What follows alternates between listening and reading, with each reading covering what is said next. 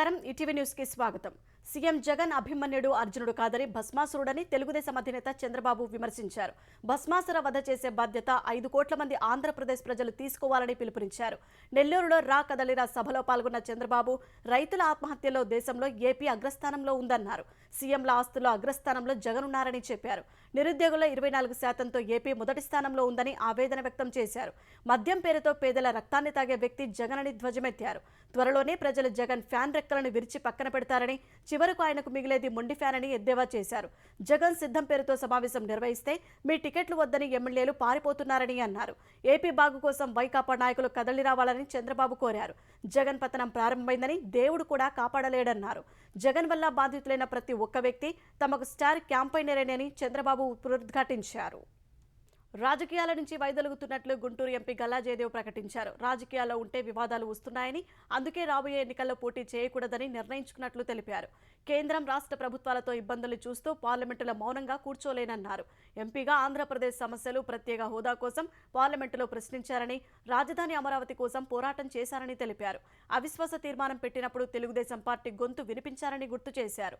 రాజకీయం, వ్యాపారం రెండూ కలిపి చేయలేరని, అందుకే రాజకీయాల నుంచి తప్పుకుంటున్నట్లు వివరించారు. వ్యక్తిత్వానికి మారుపేరు గల్లా జయదేవ్ అని తెలుగుదేశం జాతీయ ప్రధాన కార్యదర్శి నారా లోకేష్ కొనియాడారు. గుంటూరులో గల్లా జయదేవ్ కృతజ్ఞత సభలో పాల్గొన్న లోకేష్ అమరావతి రైతుల తరపున పోరాటం చేసిన వ్యక్తి జయదేవ్ అని తెలిపారు. రైతుల తరపున పోరాటం చేస్తే జయదేవ్ సంస్థలను ఇబ్బంది పెట్టారని ఆయన ధ్వజమెత్తారు. రాజకీయాలను జయదేవ్ తాత్కాలికంగా వదులుకుంటున్నారని, ఆయన కోసం తెలుగుదేశం తలుపులు ఎప్పుడూ తెరిచే ఉంటాయని లోకేష్ తెలిపారు. అధికార వైకాపాలో ఇబ్బందులపై మరో దళిత ఎమ్మెల్యే తన ఆగ్రహాన్ని వెళ్లగక్కారు. ఉమ్మడి చిత్తూరు జిల్లాలోని ఎస్సీ నియోజకవర్గాల్లో మంత్రి పెద్దిరెడ్డి పెత్తనం ఏంటని సత్యవేడు ఎమ్మెల్యే ఆదిమూలం ప్రశ్నించారు. స్థానిక ఎమ్మెల్యే అయిన తనకు సమాచారం ఇవ్వకుండా తన నియోజకవర్గం నాయకులతో పెద్దిరెడ్డి సమావేశం ఏర్పాటు చేయడంపై ఆయన మండిపడ్డారు. వైకాపాలో దళిత ఎమ్మెల్యేలకు ఇచ్చే స్వేచ్ఛ ఇదేనా అని ఆదిమూలం ప్రశ్నించారు. తనకు ఎమ్మెల్యే టికెట్ ఇవ్వకుండా ఎంపీగా వెళ్లమనటానికి కారణం మంత్రి పెద్దిరెడ్డి చేసిన కుట్రేనని ఆదిమూలం ఆరోపించారు. ఆంధ్రప్రదేశ్ స్త్రీ శిశు సంక్షేమ శాఖ మంత్రి ఉషశ్రీ చరణ్ కు శ్రీ సత్యసాయి జిల్లాలో నిరసన సెగ తగిలింది. ఆత్మీయ పలకరింపులో భాగంగా ఆమె పెనుకొండ మండలం ఎర్రమంచి, మోటువారిపల్లి తదితర గ్రామాల సందర్శనకు వెళ్లారు. మోటువారిపల్లిలో తాగునీటి సమస్య, గ్రామానికి ప్రధాన రోడ్డు వేయించాలని గ్రామస్తులు మంత్రి దృష్టికి తీసుకెళ్లారు. ఆమె సరైన సమాధానం ఇవ్వకుండా కారులో ఎక్కి వెళ్లిపోయారు. మంత్రి తీరుపై గ్రామస్తులు ఆవేదన వ్యక్తం చేశారు. తమ గ్రామంలో 90% వైకాపా ఓటర్లు ఉన్నప్పటికీ 5 ఏళ్లైనా రోడ్డు నిర్మించలేదని వాపోయారు. తమ గ్రామానికి మేలు చేయని పాలకులు గ్రామంలోకి రాకూడదని నిందించారు. గ్రామాభివృద్ధికి ప్రభుత్వం సహకరించకపోతే ఎన్నికలను బహిష్కరిస్తామని తెగేసి చెప్పారు.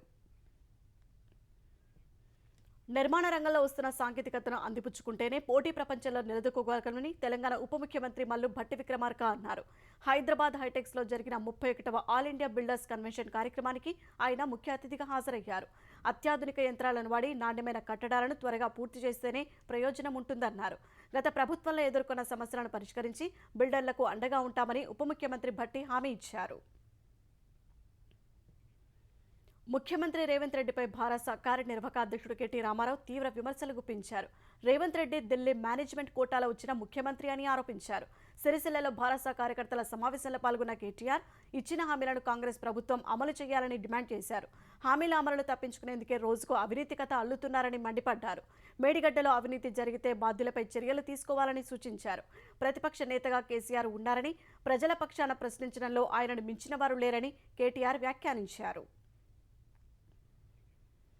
తెలంగాణలో కాంగ్రెస్ వచ్చింది, కరెంటు కష్టాలు తెచ్చిందని భారస ఎమ్మెల్యే హరీష్ రావు విమర్శించారు. మెదక్లో భారస ముఖ్య కార్యకర్తల సమావేశంలో హరీష్ పాల్గొన్నారు. కాంగ్రెస్ అబద్దాలను రీల్ చేసి ప్రజల్లోకి వదులుతోందని ఆరోపించారు. ఓటమి తర్వాత వచ్చేది గెలుపేనని, లోక్సభ ఎన్నికల్లో గులాబీ జెండా ఎగురుతుందని హరీష్ రావు ధీమా వ్యక్తం చేశారు. సార్వత్రిక ఎన్నికలకు ముందు ప్రతిపక్ష ఇండియా కూటమికి గట్టి ఎదురుదెబ్బ తగిలింది. బీహార్ సీఎం నితీష్ కుమార్ మహాగఠబంధన్తో సంబంధాలు తెంచుకున్నారు. సీఎం పదవికి రాజీనామా చేశారు. పార్టీ నేతలతో సమావేశం అనంతరం పట్నాలోని రాజ్భవన్కు వెళ్లిన ఆయన గవర్నర్ రాజేంద్ర అర్లేకర్కు రాజీనామా సమర్పించగా గవర్నర్ ఆమోదించారు. కొత్త ప్రభుత్వం ఏర్పడే వరకు ఆపద్ధర్మ ముఖ్యమంత్రిగా కొనసాగాలని నితీష్ను గవర్నర్ కోరారు. మహాగఠబంధన్తో పరిస్థితులు బాగా లేకపోవడం వల్లే తాను వైదొలిగినట్టు గవర్నర్తో సమావేశం తర్వాత నితీష్ చెప్పారు. ఇదే సమయంలో బీహార్ భాజపా శాసన సభాపక్ష సమావేశంలో ఆ పార్టీ ఎమ్మెల్యే ఎమ్మెల్యేలు జేడీయూ మిత్రపక్షాలతో కలిసి ఎన్డీఏ ప్రభుత్వాన్ని ఏర్పాటు చేయాలనే ప్రతిపాదనను ఏకగ్రీవంగా ఆమోదించారు. అనంతరం భాజపా నేతలతో కలిసి గవర్నర్ను కలిసిన నితీష్ కుమార్ బీహార్లో ఎన్డీఏ ప్రభుత్వ ఏర్పాటుకు అనుమతించాలని కోరారు. ఈ మేరకు ఎమ్మెల్యేల మద్దతు లేఖను ఆయనకు అందజేశారు. ఈ సాయంత్రం 5 గంటలకు కొత్త కూటమి ప్రభుత్వం కొలువు తీరనున్నట్లు తెలుస్తోంది. ముఖ్యమంత్రిగా నితీష్తో పాటు 6 మంత్రులు ప్రమాణ స్వీకారం చేయనున్నట్లు సమాచారం. జేడీయూ అధినేత నితీష్ కుమార్ పై కాంగ్రెస్ మండిపడింది. తరచూ కూటములు మార్చే నితీష్ కుమార్ రంగులు మార్చడంలో ఊసరవెల్లికి గట్టి పోటీ ఇస్తున్నారని కాంగ్రెస్ ప్రధాన కార్యదర్శి జయరాం రమేష్ విమర్శించారు. బీహార్ ప్రజల అభిష్టాన్ని నితీష్ కుమార్ విస్మరిస్తున్నారని, దీన్ని వారు ఎట్టి పరిస్థితుల్లో క్షమించబోరని చెప్పారు.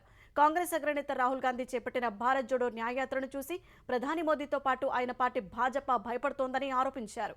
నితీష్ వంటి అవకాశవాదిని ఎక్కడా చూడలేదన్నారు.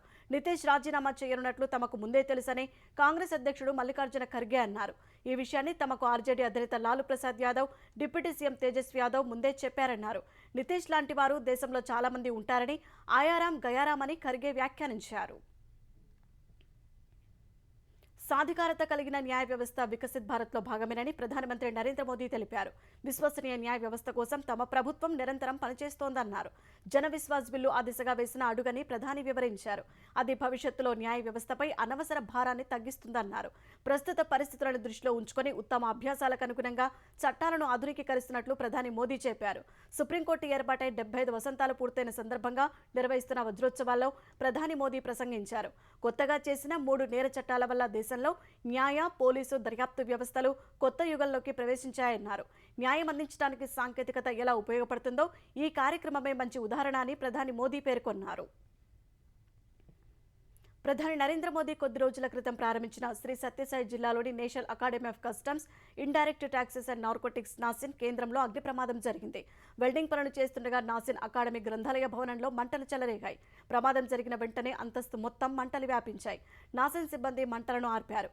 ప్రమాదంలో ఎలాంటి ప్రాణహాని జరగలేదని అధికారులు తెలిపారు. ఇండియన్ రెవెన్యూ సర్వీసెస్ ఐఆర్ఎస్ కింద ఎంపికైన వారికి శిక్షణ ఇచ్చేందుకు గోరెంట్ల మండలం పాలసముద్రం సమీపంలో నాసిన్ను కేంద్ర ప్రభుత్వం నిర్మించింది. ఇజ్రాయెల్ హమాస్ మిలిటెంట్ సంస్థ మధ్య యుద్ధం జరుగుతున్న వేళ ఇరాన్ 3 ఉపగ్రహాలను నింగిలోకి ప్రయోగించింది. దేశీయంగా అభివృద్ధి చేసిన సీమోర్గ్ రాకెట్ వాటిని 450 కిలోమీటర్ల ఎత్తులో ఉన్న కక్షలోకి చేర్చింది. ఈ దృశ్యాలను ఇరాన్ అధికారిక టీవీ విడుదల చేసింది. ఇరాన్ గ్రామీణ ప్రావిన్స్ సెమ్నాన్లోని ఇమామ్ ఖొమేనీ స్పేస్ పోర్ట్ నుంచి ఈ ప్రయోగాన్ని ఇరాన్ నిర్వహించింది. 5 సార్లు విఫలమై 6వసారి ఈ ప్రయోగంలో ఇరాన్ విజయం సాధించింది. రోదస్సులోకి పంపిన వాటిల్లో 35 కిలోల బరువున్న ఉపగ్రహాన్ని మగ్దగా 10 కిలోల లోపు బరువున్న నానో శాటిలైట్లను కహ్యన్-2, హతేవ్-1 అని వ్యవహరిస్తున్నారు. వీటిని ఇరాన్ స్పేస్ ఏజెన్సీ రూపొందించింది. ఈ ప్రయోగం ద్వారా ఖండాంతర బాలిస్టిక్ క్షిపణులను తయారు చేసే సామర్థ్యాన్ని సొంతం చేసుకునే దిశగా ఇరాన్ అడుగులు వేస్తున్నట్లు పశ్చిమ దేశాలు అనుమానిస్తున్నాయి. ఇలాంటి సాంకేతికతనే దీర్ఘశ్రేణి బాలిస్టిక్ క్షిపణుల తయారీలో ఇరాన్ వాడుతోందని అవి ఆరోపించాయి. బాలిస్టిక్ క్షిపణులను ఇరాన్ తయారు చేయకుండా ఐరాస విధించిన ఆంక్షలు గత ఏడాది అక్టోబర్తో ముగిశాయి. అణ్వాయుధాలను మోసుకెళ్లగలిగే బాలిస్టిక్ క్షిపణులను తయారు చేయాలని ఇరాన్ గత కొన్నేళ్లుగా యత్నిస్తోంది.